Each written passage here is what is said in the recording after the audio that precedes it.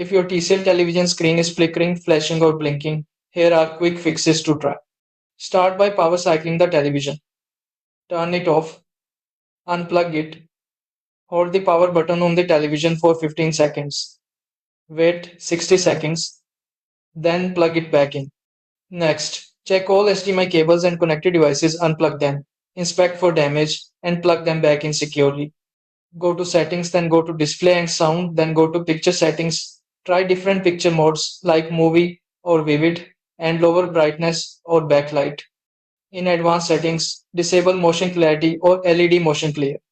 Then check for a system software update.